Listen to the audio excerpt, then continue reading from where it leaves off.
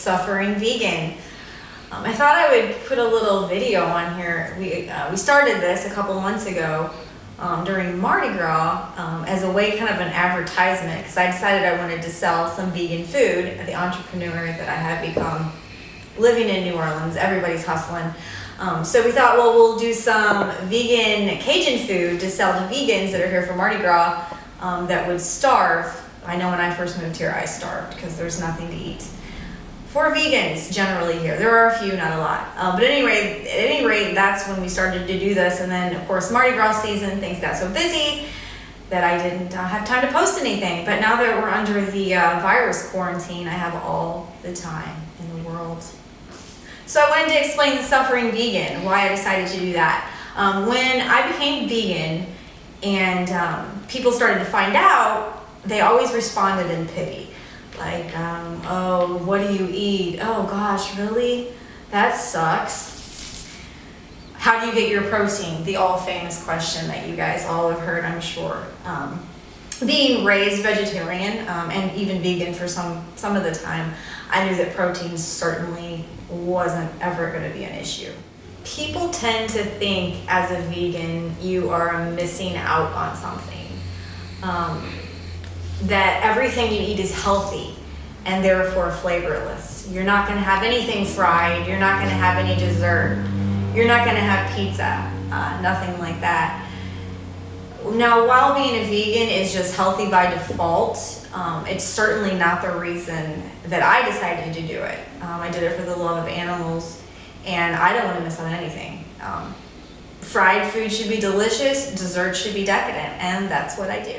Okay, so for the why I became vegan. I went completely vegan 3 years ago. After my husband actually shared a story with me that he had seen online. It was about a family that had a cow as a pet, and the cow was exactly like a dog, fetched.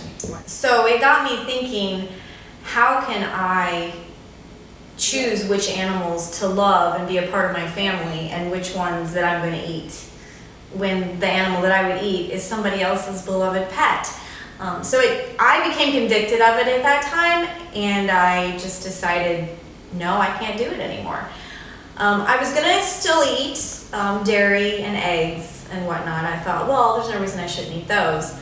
But that was just really conflicting to me as well, because, I mean, the dairy industry is way crueler than even the meat industry.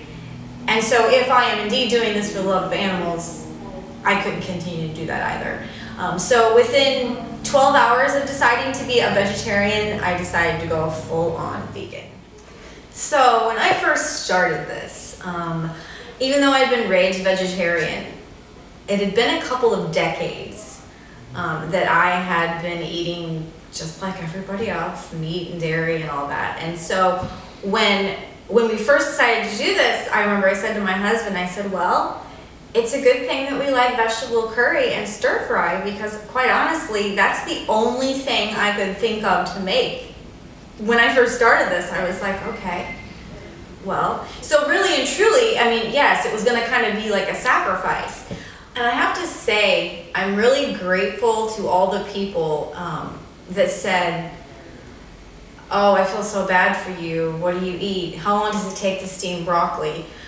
Because honestly, that inspired me to want to make food the most exciting and interesting thing that I possibly could. I guess just to prove I'm wrong, because I'm kind of like that. But at any rate, like, so you use all these spices and vegetables and stuff that you'd never even dream of using before, and you come up with these amazing, delicious culinary masterpieces. I've never had more fun creating food. It's never been more exciting. You really have to think out of the box, especially when you first start this, because you're so used to, okay, you grab a piece of meat and you put your regular everyday spices on it, and you throw a vegetable on the side, or you add some pasta or some rice to it, and it's really very simple. So I mean, who eats boring? I don't know, not me. But yeah, so you have to create things out of vegetables now. So using things like cauliflower in place of shrimp or crawfish to make shrimp and grits or etouffee. Use mushrooms in place of seafood to make like an awesome oyster mushroom po' boy. Using flour and beans to create meat substitutes, like hamburger, sausage, things like that. And it took a while to get the hang of it, but I've never had more fun with cooking than I do now. My love for food and hospitality started when I was barely 18. I left home and I went to work and live with a woman who is truly magical at creating food and atmosphere that gives people a dining experience that they never forget. I worked with her for probably almost 2 decades, maybe 15 years, something like that. And during that time, working alongside her, she was my mentor, and I looked up to her so much because watching that experience and being a part of that experience, the magic that is food, the magic that is atmosphere was something that I just grabbed onto and was like, this is what I love, this is what I want to do. So she lit the fire for that, and ultimately for who I am today.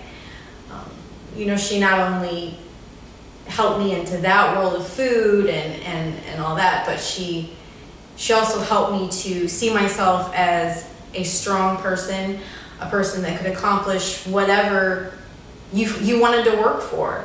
And that's something I'll always be grateful for. I wouldn't be who I am if it wasn't for that experience in my life. So thanks, Marianne.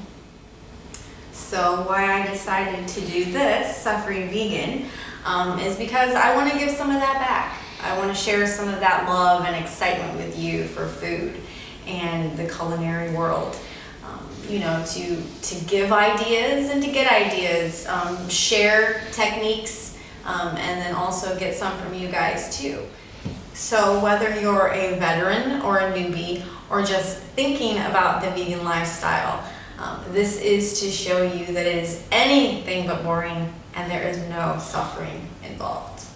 So I look forward to hearing from all of you and sharing my stuff with you guys.